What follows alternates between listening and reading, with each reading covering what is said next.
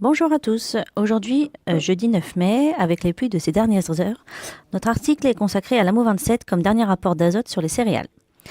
Pourquoi choisir l'AMO 27 pour le dernier apport d'azote sur les céréales? Comme nous le savons, les engrais prennent une place importante du métier et demandent souvent d'être employés à plusieurs reprises, notamment pour l'apport d'azote. Pour optimiser les rendements et obtenir un impact positif sur les récoltes, il devient essentiel de choisir la meilleure forme d'engrais azoté à utiliser.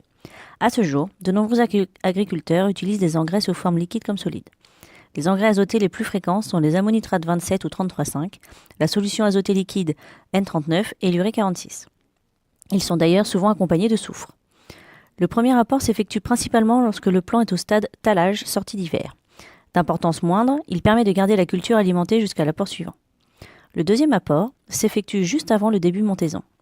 D'une importance plus conséquente, l'objectif de celui-ci est de permettre à la plante d'absorber un maximum d'azote lorsque la production de biomasse est la plus importante. Le troisième et ou quatrième apport doit lui permettre d'alimenter de nouveau la plante pour maximiser le rendement, mais intrinsèquement d'avoir la teneur en protéines la plus élevée possible en fonction du débouché souhaité. En effet, lorsque l'on travaille sur des marchés comme la meunerie où le taux de protéines est primordial, il est fondamental de soigner son dernier apport. En général, le facteur rendement est déjà en partie joué, nombre de pieds au mètre carré, nombre de talles par pied, etc. Mais rien n'est fait pour les protéines. Il s'effectue souvent au stade DFE, dernière feuille et piaison. Pour ce troisième et dernier apport, l'utilisation des engrais solides type ammonitrate est préconisée. Les raisons sont multiples. La qualité de l'engrais est souvent irréprochable et permet d'épandre sur de grandes largeurs jusqu'à 36 voire 40 mètres de large. Cette qualité d'épandage résulte de la très bonne granulation, de l'homogénéité des granulés et de la densité générale du produit. Contrairement aux idées reçues, l'AMO 27 n'a rien à envier à la 33,5 sur la qualité du produit et donc à la facilité d'épandage. Elle a en plus quelques points de MGO et de CAO qui peuvent apporter un plus lorsque l'on va chercher une forte teneur en protéines.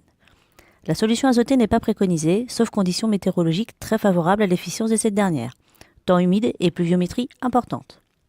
En effet, les pertes ammoniacales en cas de temps sec, chaud et ensoleillé sont très importantes, peuvent réduire très fortement l'efficience de cette dernière.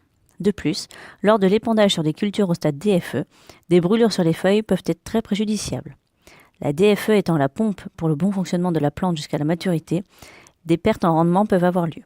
Dans ces conditions, l'urée pourrait être la solution avec un bon compromis, prix-qualité, mais du fait de ses propriétés fertilisantes, 46 d'azote pour 100 kg, tout l'azote est sous forme uréique.